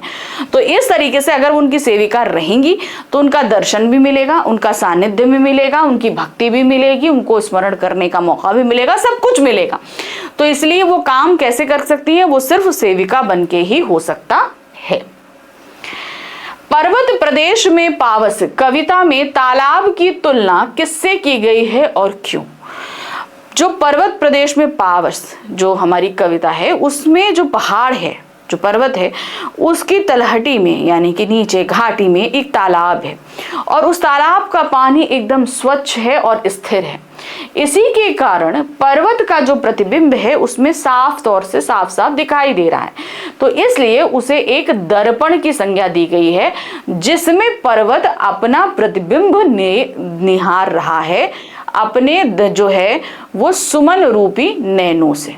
ठीक है, यही चीज आपको मैंने कविता में समझाई थी, वही है। कविता में तालाब की तुलना एक विशाल दर्पण से की गई है, क्योंकि जिस प्रकार हम अपने आप को दर्पण में देखते हैं उसी प्रकार स्वच्छ जल वाले तालाब रूपी दर्पण में विशाल काय पर्वत अपने आप को देख रहा है। यहाँ पर प्रकृति का मानवीकरण किया गया है। किसका? प्रकृति का। देखिए, पर्वत का भी कर दिया गया है, पर्वत अपने आप को देख रहा है। ठीक है, उसकी आंखें भी हैं, वो देख भी रहा है, तो उसका क्या हुआ? मानवीकरण किया गया। तीसरा प्रश्न है, कवि ने सैनिकों को राम लक्ष्मण जैसा बनने के लिए क्यों कहा है? कर चले हम फिदा कविता के आधार पर बताइए। आप सभी को पता है सीता माँ की रक्षा के लिए जो है लक्ष्मण जी ने लक्ष्मण रेखा खींची थी। ठीक है, कि कोई भी दुश्मन जो है, कोई भी उनको नुकसान पहुंचाने के लिए उस लक्ष्मण रेखा को बुरी भावना से पार नहीं कर सकता था, और रावण भी नहीं कर पाया था, वो तो सीता माता उसके बाहर निकली थी। तो उसी तरीके से क्या करना है, हमारी सीता रूपी इस धरती माँ यानी कि अपने इस देश की रक्षा के लिए हमें राम और लक्ष्मण बनना है। राम बनकर उनकी रक्षा करनी है और लक्ष्मण बनकर उनके लिए जो हमें रेखा खींचनी है, जो हमारी बॉर्डर लाइन से दूसरे देशों के साथ, उस पर अपनी लहू से रेखा बना देनी है, ताकि कोई भी दुश्मन जो है हमारी इस धरती पर कदम ना रख सके। ठीक है, धरती पर एक ऐसी लक्ष्मण रेखा खींच दे ताकि यह धरती सुरक्षित हो जाए। जिस प्रकार राम लक्ष्मण ने सीता की रक्षा कर अपना क्षत्रिय धर्म निभाया था, उसी प्रकार उन्हें भी शत्रुओं से अपनी भारत माता की रक्षा कर देशभक्त होने का कर्तव्य निभाना है। तो क्या करना है, हमें जो है राम लक्ष्मण बनकर जो है अपनी धरती माता की रक्षा भी करनी है और अपनी देशभक्ति की भावना को भी निभाना है। चौथा प्रश्न आ रहा है, क्या दिया गया है, कवि ने ईश्वर से दुख दूर करने की प्रार्थना क्यों नहीं की है। आत्मत्राण कविता है, आत्मत्राण कविता के आधार पर बताइए। रविन्द्रनाथ ठाकुर जी ने ये कविता लिखी और उनकी एक अनोखी प्रार्थना थी, जिसमें उन्होंने प्रभु से ये नहीं कहा कि मेरी दुख तकलीफ को कम कर दो या मेरी मदद कर दो, नहीं, उन्होंने सिर्फ इतना कहा है कि मेरे अंदर इतनी हिम्मत और शक्ति दो कि मैं खुद अपने दुखों से लड़ सकूं। ठीक है, ये चीज उन्होंने कही है कि अपने अंदर मैं इतनी हिम्मत और ताकत ला सकूं। कविता के अनुसार कवि ने ईश्वर से दुख दूर करने की प्रार्थना नहीं की, क्योंकि वे आत्मनिर्भर होना चाहते हैं। उन्हें अपने आप पर विश्वास है कि मैं अपनी तकलीफों को खुद दूर कर सकता हूं। वे अपने जीवन के सारे कष्टों को खुद संघर्ष करना चाहते हैं। वे ईश्वर से निवेदन करते हैं कि वे उन्हें जीवन की कठिनाइयों को सामना करने की शक्ति और साहस प्रदान करे तथा उन्हें भयभीत ना होने दे। ठीक है, तो वो अपने अंदर वो उतनी हिम्मत और ताकत रखना चाहते हैं, इसीलिए वो ईश्वर से भी इसके लिए मदद नहीं मांग रहे हैं। ठीक, चलिए अब हम आ गए प्रश्न संख्या 11। प्रश्न संख्या 11 में हमारी संचयन बुक से प्रश्न आएंगे। अब संचयन बुक में हमारे पास दिए गए हैं 3 चैप्टर। ठीक है, हरिहर काका, सपनों के से दिन और टोपी शुक्ला। तो इन 3 चैप्टर से हमारे पास 3 प्रश्न आएंगे। 3 में से सिर्फ हमें 2 प्रश्न करने होंगे और हर प्रश्न का उत्तर हमें देना है 50 से 60 शब्दों में। ये रहेगा हमारा दीर्घ प्रश्न। ठीक है, एक प्रश्न के लिए आपको 3 नंबर मिलेंगे, तो जब आप 2 प्रश्न करोगे तो ये हो जाएंगे हमारा 6 नंबर। ठीक है, अब जरा ध्यान से सुनिए। बहुत सारे बच्चों के क्वेश्चन रहते हैं कि मैम 3 चैप्टर हैं, 3 क्वेश्चन आने हैं, तो हम सिर्फ 2 ही चैप्टर पढ़ते हैं, 3 क्यों पढ़ें। ठीक है, ये रिस्क आप लेना नहीं। ठीक है, मैं पहले बोल रही हूँ, मेरे पास कमेंट्स में भी ऐसे बहुत सारे क्वेश्चंस आए हैं, तो मैंने उनको भी ये दिया है कि ये रिस्क आपको नहीं लेना है। आपको 3 के 3 पूरे चैप्टर तैयार करने। मान लो आपके पास 3 चैप्टर हैं, तो आपने हरिहर काका पढ़ लिया और सपनों कैसे दिन पढ़ लिया, टोपी शुक्ला आपने छोड़ दिया। ठीक है, आपने पढ़ा ही नहीं कि चलो 2 इसमें से हम कर लेंगे। अब प्रश्न आए तीनों से, तो हरिहर काका से जो प्रश्न आया वो आपने पढ़ा, आपको समझ में आया, आपने उत्तर कर दिया। अब सपनों कैसे दिन से जो क्वेश्चन आ रहा है उसका आंसर आपको समझ ही में नहीं आ रहा है कि आप कैसे लिखो। अब आप नहीं लिख पा रहे हो आंसर, और टोपी शुक्ला आपने पढ़ा नहीं, इसलिए 3 में से सिर्फ आप एक ही आंसर कर पाओगे ना 3। तो इसलिए ये रिस्क मत लो, एक ऑप्शन में रखो, जो नहीं आ रहा है अगर तो दूसरा कर सकते हैं। ठीक है, ऐसा करना। चलिए, तो 3 प्रश्न हैं, 2 करेंगे, लेकिन हम आपको यहाँ तीनों समझाएंगे। पहला प्रश्न है, उम्र का अंतर आत्मीय संबंधों के बीच बाधक नहीं बनता। इस कथन को हरिहर काका और टोपी शुक्ला पाठों के संदर्भ में समझाकर लिखिए। अब जैसे कि हरिहर काका जो पाठ है उसमें हमारे जो लेखक हैं उनके साथ हमारे हरिहर काका का बहुत अच्छा चलता है, जबकि उम्र में दोनों के बहुत अंतर है। और यही बात टोपी शुक्ला में है। टोपी शुक्ला में देखिए, टोपी और इफन की दादी, इन दोनों के बीच बहुत अच्छे संबंध है, मित्रता के, बहुत आत्मीय संबंध है, एक दूसरे के साथ बहुत अच्छा उनको महसूस होता है। तो इस तरीके से उम्र जो है किसी भी संबंध के लिए कोई बाधा नहीं बनती है। कथावाचक और हरिहर काका के बीच दोस्ती का संबंध, हालांकि दोनों के बीच उम्र का फासला है। जब कथावाचक एक छोटा बच्चा था तो हरिहर काका उसे ढेर सारा प्यार मिला। जब वह थोड़ा बड़ा हुआ तो उसके पहले मित्र भी हरिहर काका ही बने। ठीक है, तो अब आपको समझ में आ रहा है कि उन दोनों के बीच उम्र का फर्क था, लेकिन उसके बावजूद उन दोनों के बीच बहुत ही गहरा संबंध था। हरिहर काका के लिए पहला मित्र कथावाचक ही था। इसी प्रकार 8 साल का टोपी 72 साल की इफ़न की दादी से अपने लगाव को नहीं रोक सका। उनका रोजा नमाज भी टोपी को उनसे मिलने से रोकने में सक्षम नहीं रहा। अब देखिए, दोनों के धर्म भी अलग अलग थे, उसके बावजूद भी टोपी उनसे मिलता था, डेली मिलता था, खूब कहानियां भी सुनता था। अतः स्पष्ट है कि उम्र का अंतर आत्मीय संबंधों के बीच बाधक नहीं होता है। जब हम किसी से बहुत गहरा संबंध बनाते हैं तो उसमें उम्र जो है बाधक नहीं होती है। दूसरा प्रश्न है, सपनों के इस दिन पाठ के आधार पर बताइए कि ओमा कौन था, उसकी क्या विशेषता थी। तो ओमा जितने बच्चे थे उनका लीडर था और उसकी विशेषता ये थी कि उसका सर काफी बड़ा था। ठीक है ना, जैसे लगता था कि बहुत बड़े से शरीर पे छोटा शरीर है और बड़ा सा सिर रखा गया, ऐसा होता था। तो और उसकी खासियत ये थी कि वो किसी को भी अपने सर से ही धक्का देकर उसके पेट में मारता था और जिसको किसी को चोट भी बहुत तेजी से आती थी। ठीक है ना। ओमा छात्र नेता था, उसका शरीर विचित्र सांचे में ढला हुआ था। वह ठिंगना और हट्टा कट्टा बालक था, परंतु उसका सिर बहुत बड़ा था। उसे देखकर यूं लगता था मानो किसी बिल्ली के बच्चे के माथे पर तरबूज रखा हो, यानी शरीर बिल्ली का बच्चे हो, सर एकदम तरबूजा सा बड़ा सा। उसकी आंखें नारियल जैसी थी, बड़ी बड़ी सी।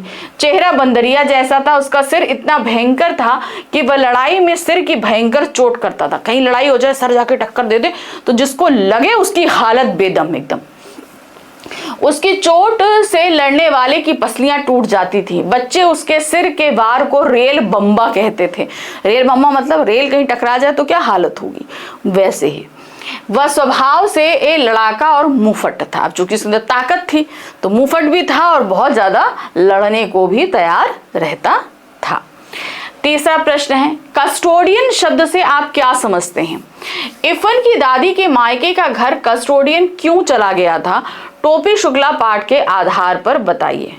तो अब यहाँ पर ये कस्टोडियन शब्द जो आया है ये आपको समझ लो, हो सकता है आपसे पूछ लिया जाए, है कि नहीं। देखिए क्या है, कस्टोडियन शब्द का अर्थ है सरकारी कब्जा होना, यानी कि गवर्नमेंट कब्जा कर ले। इफन की दादी के पीहर वाले पहले भारत में रहते थे। जब वह भारत से पाकिस्तान रहने चले गए, ठीक है, उन्होंने भारत में अपना घर छोड़ दिया और कहाँ चले गए? पाकिस्तान चले गए। तो उनके घर की देखभाल करने वाला कोई नहीं रहा और ना ही उस घर पर उनका मालिकाना हक रहा, उनका भी अपना हक नहीं रहा। इस प्रकार उनका घर सरकारी कब्जे में चला गया। गवर्नमेंट ने यानी जो है उस पर अपना हक कर लिया था। ठीक है, इस तरीके से मेरा खंड गा भी खत्म हो गया। अब हम आ गए अपने अंतिम खंड घा में, जहां पर प्रश्न संख्या 12, 13, 14, 15, 16 ये 5 प्रश्न आएंगे। इन 5 ये सारे पूरे आपके रचनात्मक लेख आधारित रहेंगे। जैसा कि मैंने आपको बताया है, अनुच्छेद लेखन है, पत्र लेखन है, विज्ञापन लेखन है, सूचना लेखन है और लघु कथा और ईमेल लेखन है। ठीक है, अब हर प्रश्न के साथ आपके सामने ऑप्शन रहेंगे। आपको वर्ड लिमिट दी हुई है, हर जगह शब्द सीमा दी रहेगी, उसको ध्यान में रखना है। ठीक है, चलिए देखिए क्या है। निम्नलिखित में से किसी एक विषय पर लगभग 120 शब्दों में आपको अनुच्छेद लिखना है। तो आपके सामने 3 टॉपिक रखे जाएंगे, तीनों में से कोई भी एक टॉपिक पर आपको अनुच्छेद लिखना है। अब देखिए, आप पढ़ोगे तो बहुत सारे आप अनुच्छेद पढ़ लोगे, ये हमें यकीन है। लेकिन अब अनुच्छेद जो है वो खास तौर से हमारी नॉलेज को परखने के लिए किया जाता है। तो 3 टॉपिक दिए जाएंगे, 3 में आप वो टॉपिक चूज करना जिसमें आप अच्छी नॉलेज रखते हो और आप अच्छा लिख सकते हो। पहले तो चूज आप इसी बेसिस पे करोगे। अब बारी आती है जब लिखने की, तो लिखने के लिए जो भी टॉपिक आप चूज करोगे उसके अंदर संकेत बिंदु दिए रहते हैं। ये नहीं कि आपकी मर्जी में जो आए वो आप लिख दो, ये नहीं होता। तो संकेत बिंदु दिए किस लिए जा रहे हैं, यानी कि आपको सिर्फ इन्हीं संकेत बिंदुओं में जो पूछा गया है सिर्फ उतना लिखना है। अब जैसे यहाँ क्या पूछा गया है, बचाना है दुनिया को भूमंडलीय ऊष्मीकरण से, यानी कि ग्लोबल वार्मिंग से। अब ग्लोबल वार्मिंग क्या है, कैसे होती है, इस पे तो हम बहुत सारा लिख सकते हैं, लेकिन इतना हमें नहीं लिखना है। हमें क्या लिखेंगे, सबसे पहले स्वच्छ पर्यावरण के लिए जरूरी। ग्लोबल वार्मिंग क्यों जरूरी है? स्वच्छ पर्यावरण के लिए जागरूकता है जरूरी, आप सभी को अवेयर करना है। दूसरा, इसका समाधान क्या है ताकि ग्लोबल वार्मिंग को रोका जा सके। सिर्फ 3 चीजें ही आपको यहाँ पर लिखनी है डिस्कशन में, ज्यादा कुछ नहीं लिखना है। और वर्ड लिमिट ध्यान रखना है 120 शब्द, इससे ज्यादा आपको बढ़ाना नहीं है। तो 120 शब्द ये मान के चलो कि आप एग्जाम की पूरी 1 पेज तो आप इसमें भर ही दोगे।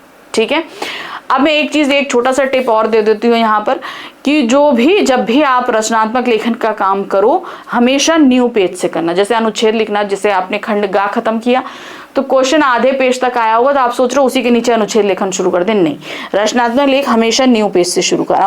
अनुच्छेद लिखा आपने, लिखने के बाद आपने दूसरा पेज भी ले लिया, आप सोचो उसके नीचे से पत्र लिखो, नहीं, पत्र के लिए नया पेज लो हमेशा। क्योंकि देखिए रचनात्मक लेखन में हर चीज के लिखने की अपनी एक फॉर्मेट होती है और उस फॉर्मेट को हम सही तरीके से शो कर सके उसके लिए जरूरी होता है कि वो सारी चीजें हमारी एक ही पेज में आ जाए। ठीक है ना। तो पत्र का फॉर्मेट कैसे हम शो कर पाएंगे जब हमसे पूरा एक पेज पे ही लिखेंगे, है कि नहीं। तो इसीलिए जब भी आप रचनात्मक लेखन लिखना आप उसे न्यू पेज पे ही लेना। ठीक है, चलिए अब यहां पर आ जाते हैं। तो ये 3 टॉपिक पे लिखेंगे। चलिए देखिए कैसे, जो चीजें दी गई हैं उसको ही आपको डिस्क्राइब करना है, उसके आगे आपको नहीं बढ़ना है। भूमंडलीय ऊष्मीकरण एक गंभीर और वैश्विक समस्या बन चुकी है। वैश्विक यानी कि विश्व की समस्या बन चुकी है। बढ़ते तापमान, जलवायु परिवर्तन और प्राकृतिक आपदाओं के रूप में इसके गंभीर परिणाम सामने आ रहे हैं। एक स्वच्छ और स्वस्थ पर्यावरण के लिए हमें इस समस्या से निपटना आवश्यक है। बहुत जरूरी है कि हम इससे निपटें। इसके लिए जागरूकता फैलाना सबसे पहला कदम है, यानी कि लोगों को अवेयर करना ज्यादा जरूरी है। लोगों को ऊर्जा संरक्षण,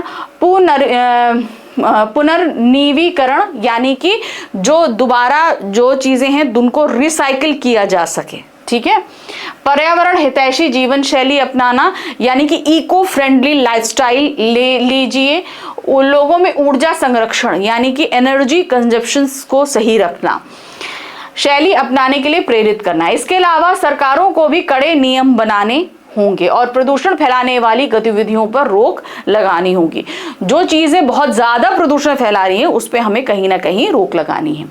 कुछ संभावित समाधानों में शामिल हैं। अब क्या समाधान है, लास्ट हमारा ऑप्शन था जीवाश्म ईंधन के उपयोग को कम करना। जीवाश्म ईंधन जैसे देखिए हम लोग अपने जो जमीन के अंदर से जो ईंधन निकाल रहे हैं, कोयला हो, पेट्रोल हो, ये सब कैसे बने हैं, बहुत करोड़ों साल पहले जो है पेड़ हैं, ये सारी चीजें और जीव जंतु मर के कहीं ना कहीं अंदर दबते गए और ये पृथ्वी के भार से, घर्षण से वो क्या हो गए, वो हमारे ईंधन में बदल गए। हम उन्हीं को खोद खोद कर निकाल रहे हैं। इससे पृथ्वी खोखली हो रही है कि नहीं हो रही है। तो हमें वो चीजें नहीं इस्तेमाल करनी है। सौर और पवन ऊर्जा जैसे स्वच्छ ऊर्जा स्रोतों को बढ़ावा देना है। सौर ऊर्जा जो पवन चक्कियां लगती हैं वो हो गई, सोलर पैनल्स हो गए, आप इनसे एनर्जी लीजिए, इनका इस्तेमाल करिए। वनों की कटाई रोकना है और कार्बन उत्सर्जन को कम करना है, यानी कि कार्बन डाइऑक्साइड जो हम ज्यादा, जैसे हम लोग जितना एनर्जी यूज करते हैं उतना कार्बन इस्तेमाल होता है ना, तो उसको रोकना है।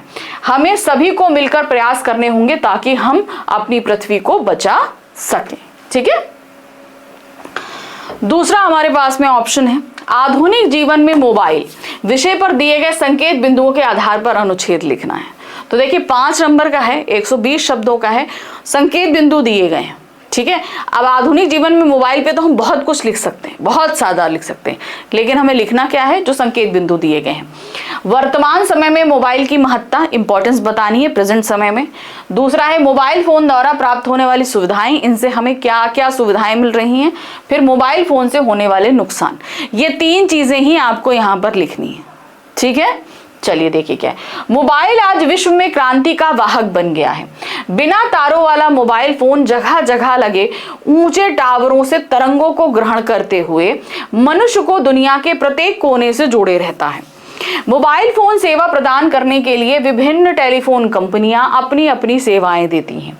मोबाइल फोन बात करने, SMS की सुविधा प्रदान करने के साथ साथ विभिन्न प्रकार के खेल, कैलकुलेटर, फोन बुक की सुविधा, समाचार, चुटकुले, इंटरनेट सेवा आदि भी उपलब्ध कराता है।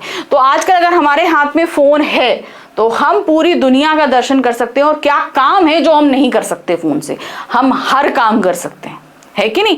तो भाई सुविधाजनक तो बहुत ज्यादा है। अब बात आ जाते हैं इनसे नुकसान क्या होते हैं। अनेक मोबाइल फोनों में इंटरनेट की सुविधा भी होती है जिससे ईमेल किया जा सकता है। मोबाइल फोन सुविधाजनक होने के साथ साथ नुकसानदायक भी है। मोबाइल फोन का सबसे बड़ा दोष यह है कि यह समय असमय बजता रहता है, यानी कि ऐसे तो बजता रहता है जब हम नहीं चाह रहे हैं, सो रहे हैं, तब भी वो बज जाता है। जिसका मन आए उतने टाइम में फोन कर लेता है। लोग सुरक्षा और शिष्टाचार भूल जाते हैं। अक्सर लोग गाड़ी चलाते समय भी फोन पर बात करते हैं, जो असुरक्षित ही नहीं बल्कि कानूनन अपराध भी है। अपराधी और असामाजिक तत्व मोबाइल का गलत प्रयोग अनेक प्रकार से अवांछित कार्यों में करते हैं। भाई ठीक है, अगर इससे पॉजिटिव चीज हो सकती है तो अगर गलत दिमाग लग जाए तो गलत काम भी हो सकता है कि नहीं। इसके अधिक प्रयोग से कानों में, हृदय पर बुरा प्रभाव पड़ता है। बहुत ज्यादा प्रयोग करें तो क्या होगा, हमारे कानों में, हमारी आंखों में, हमारे हार्ट्स पे, क्योंकि इनसे कहीं ना कहीं जो रेव्स निकलती हैं वो हमारे लिए बहुत नुकसानदेह है। अतः इन खतरों से सावधान होना आवश्यक है, बहुत जरूरी है कि हम इनसे सावधान रहें। चलिए, तीसरा हमारे पास में ऑप्शन दिया गया है, घर में रखी खाना खाने की मेज। अब इस पर आपको एक अनुच्छेद लिखना है, ठीक है। आप सभी के घर में खाना खाने की मेज यानी कि डाइनिंग टेबल होगा, लेकिन आप वो सोचोगे इसमें लिखें क्या, तो संकेत बिंदु दिए गए हैं, ध्यान दीजिए। 6 लोगों की मेज है, 3 बार अलग अलग तरह से भोजन सजना, morning breakfast, lunch and dinner, 3 तरह से अलग अलग भोजन सजता है। खाने के समय पूरे परिवार का इकट्ठा होना, बातों की महफिल, एक अद्भुत अनुभव। तो ये आपको खाली इतने में लिखना, और ज्यादा कुछ नहीं लिखना है, ठीक है। तो पहले आप डाइनिंग टेबल बताएंगे कितने लोगों की है, 3 तरह का खाना लगता है, 3 बार लगता है दिन में खाना, सब लोग पूरी फैमिली बैठती है, खूब बातें होती हैं, अच्छा लगता है पूरी फैमिली के साथ खाना खाने में, ठीक है। हमारे घर में एक खूबसूरत खाने की मेज हो जो हमारे परिवार के लिए एक महत्वपूर्ण स्थान है। यह लकड़ी से बनी है और इस पर बड़ी ही खूबसूरत नक्काशी की गई है। यह 6 लोगों के बैठने के लिए पर्याप्त है। यह मेज हमारे घर में एक अद्भुत अनुभव प्रदान करती है। दिन में 3 बार इस मेज पर स्वादिष्ट व्यंजनों से सज्जित किया जाता है, यानी कि अलग अलग तरह का 3 तरह का खाना लगता है खूब अच्छे तरीके से। सुबह के नाश्ते में यह ताजी रोटी, पराठे, सब्जियों से भर जाती है। दोपहर के भोजन में यह दाल, चावल और अन्य व्यंजनों से सजी होती है, और रात के खाने में विभिन्न प्रकार के स्वादिष्ट व्यंजनों से जगमगाती है। इसकी विशेषता यह है कि खाने के समय यह मेज हमारे पूरे परिवार को एकजुट करती है, क्योंकि पूरे परिवार के सदस्य एक ही साथ बैठकर खाना खाते हैं। हम सब एक साथ बैठकर भोजन करते हैं, बातें करते हैं और हंसते हैं। यह समय हमारे लिए बहुत महत्वपूर्ण है, क्योंकि यह हमें एक दूसरे से जुड़ने का मौका देता है। खाने की मेज केवल भोजन के लिए नहीं, बल्कि यह हमारे परिवार के लिए एक महत्वपूर्ण स्थान भी है। अब ऐसा क्यों है, क्योंकि देखिए पूरा दिन सब अपने अपने कामों में लगे रहते हैं, लेकिन कम से कम मॉर्निंग और आफ्टरनून एंड जो है नाइट में हम सब एक साथ बैठकर तो खाना खाते हैं कि नहीं। ये एक ऐसी जगह है जहां हम अपनी खुशियां और गम साझा करते हैं, एक दूसरे का साथ देते हैं और यादें बनाते हैं। यह मेज हमारे घर की शान है और हमारे जीवन का एक अभिन्न अंग है, क्योंकि हम सभी को यहाँ पे रहकर खाना खाना अच्छा लगता है, तो जाहिर सी बात है अच्छी है। चलिए, अब हम आ गए प्रश्न संख्या 13 में। प्रश्न संख्या 13 में हमारे पास में 2 पत्र दिए रहेंगे। क्या रहेंगे? 2 पत्र रहेंगे। अब दोनों ही पत्र में आपको कोई एक पत्र करना है, और आपके सिलेबस में सिर्फ औपचारिक पत्र है। फॉर्मेट आपको पहले समझा चुकी हूँ, और ध्यान देना कि जो पत्र आए हैं उन दोनों में किस टॉपिक पर आप ज्यादा अच्छे से लिख सकते हो वही टॉपिक लेना, ठीक है। ये ध्यान रखना, जिस पर आप अच्छे से लिख सकते हो उसी टॉपिक को लेना। तो यहाँ पर जो भी आपके पास में पत्र आएगा उसे आपको 100 शब्दों में लिखना होगा, ये ध्यान रखना। कितना? 100 वर्ड्स में, ज्यादा नहीं बढ़ना है। तो भाई प्रारंभ और अंत की औपचारिकताएं वही रहेंगी, आपकी वर्ड लिमिट जो भी आएगी वो बीच में आप रखना, ठीक है। तो मान के चलो अगर 100 शब्दों की वर्ड लिमिट आपके अंदर पास दी गई है, तो आपको जो विषय वस्तु है बीच में जो लिखना है वो आपका होना चाहिए कितना? 80 से 85 वर्ड्स, ठीक है, क्योंकि प्रारंभ और अंत की औपचारिकता में 15 वर्ड्स चले जाते हैं। चलिए, क्या है? रेल द्वारा बुक कराकर भेजा गया घरेलू सामान आपके निवास के निकटस्थ स्टेशन तक नहीं पहुंचा, ठीक है, बुक किया था नहीं पहुंचा। इसकी शिकायत करते हुए रेल प्रबंधक को एक पत्र लिखना है। तो जो भी पत्र लिखोगे आपको उसके लिए 5 नंबर मिलेंगे, ठीक है। रेल प्रबंधक को हम पत्र लिखेंगे कि हमने सामान बुक किया था, मगर हमारे जो नियरेस्ट रेलवे स्टेशन था वहां तक वो नहीं पहुंच पाया है। सेवा में रेल प्रबंधक भारतीय रेलवे, दिनांक डाल दीजिए, जिस भी डेट को आप पत्र लिखोगे, ठीक है। याद रखना, हमेशा डेट वही डालना जिस डेट को भी पत्र लिख रहे हो। विषय आ जाएगा रेल द्वारा बुक सामान ना मिलने के संदर्भ में। महोदय, सविनय निवेदन है कि दिल्ली से जयपुर आने वाले अजमेर शताब्दी में दिनांक 15/9 को मैंने कुछ घरेलू सामान बुक कराया था। अब देखिए 15 सितंबर को कराया था और आप 6 अक्टूबर को पत्र लिख रहे हो, डेट का भी ध्यान रखना। लेकिन एक सप्ताह व्यतीत हो जाने पर भी वह हमारे निवास स्थान जयपुर गांधीनगर के निकटस्थ स्टेशन तक नहीं पहुंचा है। जयपुर गांधीनगर रेलवे स्टेशन के अधिकारी कोई संतोषजनक उत्तर नहीं दे पा रहे हैं। अतः मेरी परेशानी को ध्यान में रखकर कृपया उचित कार्यवाही कर मेरा सामान दिलवाने की कृपा करें। भवदीय सुशील शर्मा 25 गांधीनगर जयपुर, मोबाइल नंबर, रसीद नंबर। अब देखिए चूंकि अब आप शिकायत कर रहे हो तो आपको अपना एड्रेस, अपना फोन नंबर और जो रसीद नंबर था जो आपने बुक कराया था सामान, वो भी आपको यहाँ डालना पड़ेगा। ठीक है, तो हर समय मैं बोलती हूँ कि लेटर जिस भी तरीके से लिखा जा रहा है, अगर उसमें एड्रेस जरूरी है या कोई रसीद नंबर, ऑर्डर नंबर जरूरी है, तो वो ऑर्डर नंबर आपको जो लेटर लिख रहे हो उसमें मेंशन करना पड़ेगा। ठीक है, अब अथवा करके हमारे पास दूसरा पत्र आया है, तो दोनों में से कोई एक करना होगा। क्या है पत्र? परीक्षा के दिनों में अनियमित विद्युत आपूर्ति की समस्या की ओर ध्यान आकर्षित करते हुए प्रबंधक राज्य विद्युत आपूर्ति निगम को पत्र लिखिए। आपको इलेक्ट्रिसिटी बोर्ड अपने एरिया के उनको लेटर लिखना है, क्योंकि एग्जाम का टाइम आ गया है और आप जब देखो तब लाइट चली जाती है, आ जाती है, चली जाती है, आ जाती है, तो जिससे आप लोगों की पढ़ाई में नुकसान हो रहा है। ठीक है, तो आपको एक लेटर लिखना है। राज्य विद्युत आपूर्ति निगम BSES राजधानी पावर लिमिटेड मथुरा उत्तर प्रदेश, दिनांक डाल दीजिए, विषय लिखिए। परीक्षा के दिनों में अनियमित विद्युत आपूर्ति की समस्या के समाधान के लिए पत्र। अब आपको नहीं पता है कि उस पद पे कोई लेडीज है या जेंट्स है, तो इसलिए आप महोदय, महोदया कुछ भी लिख सकते हो।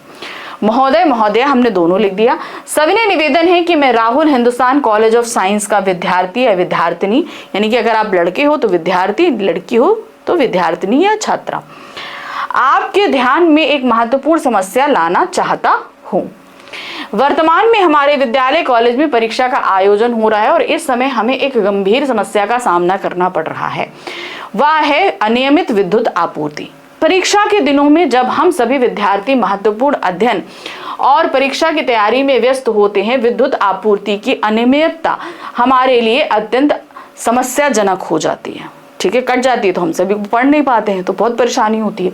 बार बार होने वाली बिजली की कटौती और अस्थिरता के कारण हमारी पढ़ाई बाधित हो रही है, जिससे परीक्षा की तैयारी पर प्रतिकूल प्रभाव पड़ रहा है।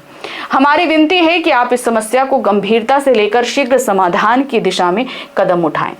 विशेष रूप से परीक्षा के दिनों में स्थिर और निबाध्य विद्युत आपूर्ति सुनिश्चित करने के लिए उचित प्रबंध किए जाएं। ठीक है, आप समस्या बताएंगे, फिर आप उस समस्या के निवारण के लिए क्या चाहते हैं, आपको ये भी लिखना पड़ेगा कि भाई कम से कम परीक्षा के दिनों में तो लगातार जो है लाइट दे दो।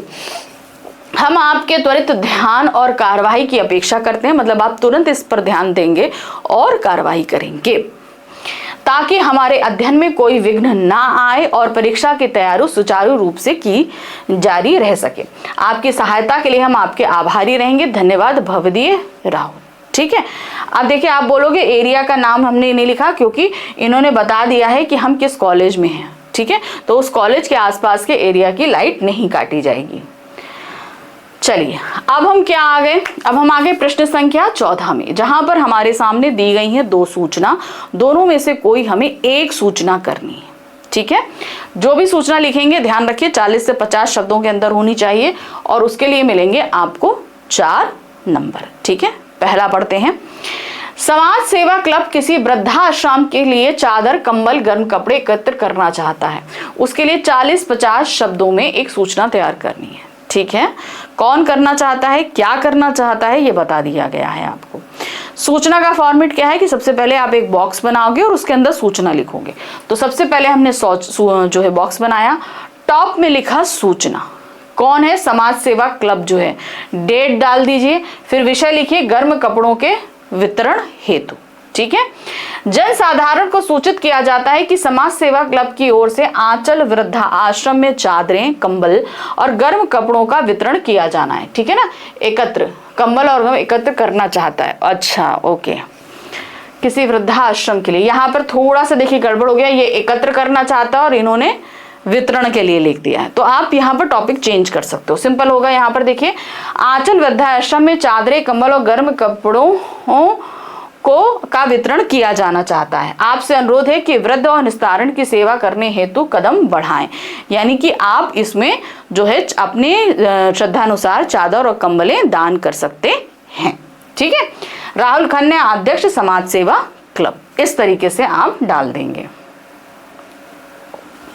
दूसरी सूचना है, आप राहुल बाल भारती स्कूल के हेड बॉय हैं। आपके विद्यालय में एक चैरिटी शो आसपास के गरीब लोगों के लिए रखा गया है। इसके लिए विद्यार्थियों को सहयोग देने हेतु 25 से 30 शब्दों में सूचना लिखनी है। ठीक है। तो सबसे पहले संस्था का नाम, फिर आप लिखेंगे सूचना, फिर डालेंगे डेट और विषय रहेगा चैरिटी शो यानी कि गरीब लोगों के लिए। सभी विद्यार्थियों को सूचित किया जाता है कि विद्यालय द्वारा पास के स्लम एरिया के गरीब लोगों के लिए एक चैरिटी शो का आयोजन किया गया है। इसका आयोजन 2 अप्रैल 2019 को विद्यालय के ऑडिटोरियम में किया जाएगा। विद्यार्थियों से निवेदन है कि एक मानवीय और सामाजिक कारण को ध्यान में रखते हुए इस शो को सफल बनाने के लिए अपना योगदान दें। Rahul head boy. ठीक है। तो हमेशा ध्यान रखना, जो भी टॉपिक चुनना, जो भी आपको लिखना है, हमेशा ध्यान रखना कि उसे आप सही से डिस्क्राइब कर सको, बता सको, ऐसा, क्योंकि ऑप्शन आपके पास में हर जगह पर रहेगा। हाँ, चलिए अब आ जाते हैं प्रश्न संख्या 15, जहां पर आपको दिए रहेंगे 2 विज्ञापन। 2 विज्ञापन में आपको कोई भी एक विज्ञापन करना है। ठीक है। चलिए क्वेश्चन पढ़ने पहले, आपके शहर में विराट हास्य कवि सम्मेलन आयोजित होने जा रहा है। इसमें देश के प्रसिद्ध हास्य कवि आमंत्रित हैं। इसके प्रचार के लिए एक विज्ञापन लगभग 25 से 50 शब्दों में तैयार कीजिए। तो जो भी आप विज्ञापन करोगे 25 से 50 शब्दों के बीच में, 25 से 30 शब्दों के बीच में मेरे ख्याल से होना चाहिए, 50 नहीं होगा।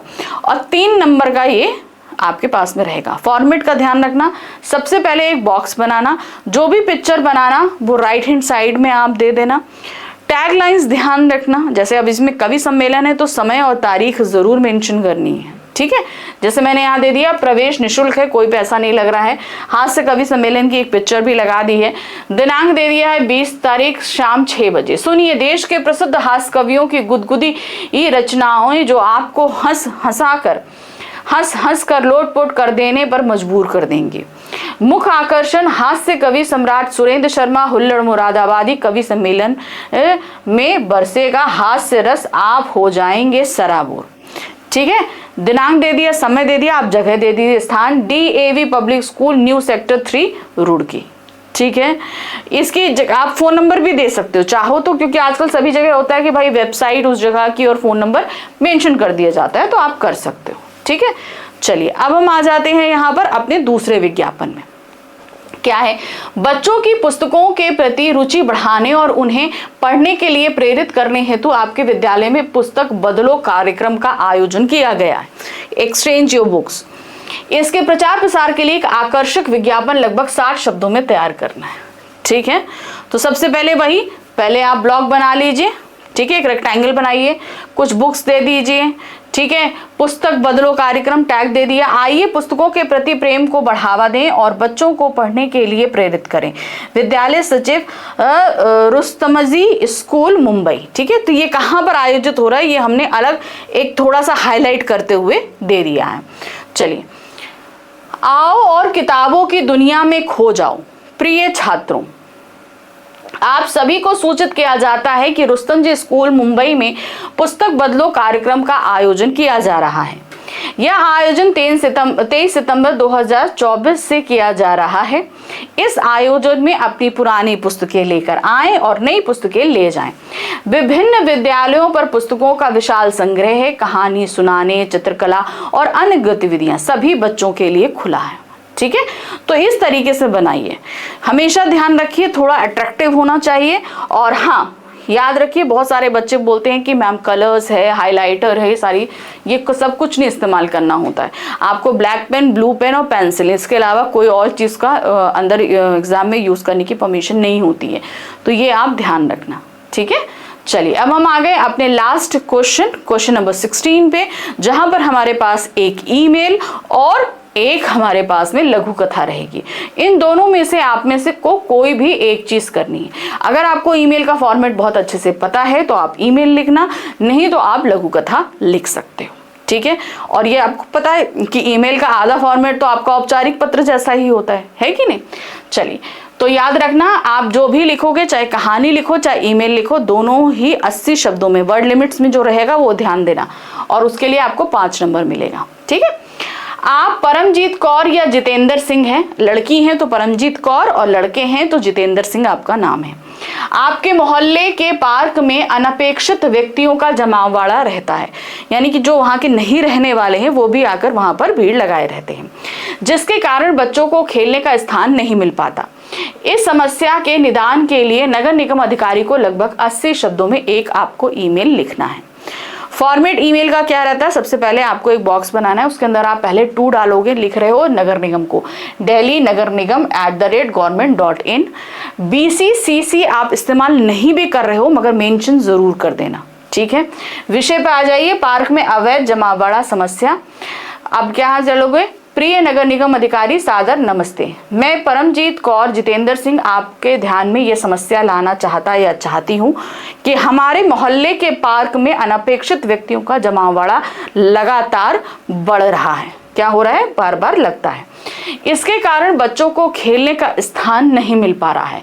कृपया इस समस्या का समाधान शीघ्र करें और पार्क में अनुशासन बनाए रखने के लिए उचित कदम उठाएं ताकि बच्चों को खेलने के लिए पर्याप्त स्थान मिल सके। धन्यवाद, सादर जितेंद्र सिंह। तो जो भी आप लिख रहे हो, अब देखिए ईमेल में हमें ज्यादा वर्ड्स नहीं लिखने होते, हमें पॉइंट टू पॉइंट बात करनी होती है और खत्म। ठीक है। अब अथवा करके हमारे पास में है एक लघु कथा, जैसी करनी वैसी भरनी विषय पर लगभग 100 से 180 शब्दों में लघु कथा लिखनी। तो 80 शब्दों में आपको तो क्या लिखना था, ईमेल लिखना था, लेकिन लघु कथा आपको 100 से 120 शब्दों में लिखनी है। टॉपिक दे दिया, जैसी करनी वैसी भरनी, तो मिडिल टॉप हेडिंग आप डाल देंगे जैसी करनी वैसी भरनी, और एक बढ़िया से टॉपिक, एक बढ़िया सी कहानी सोचिए और लिखिए।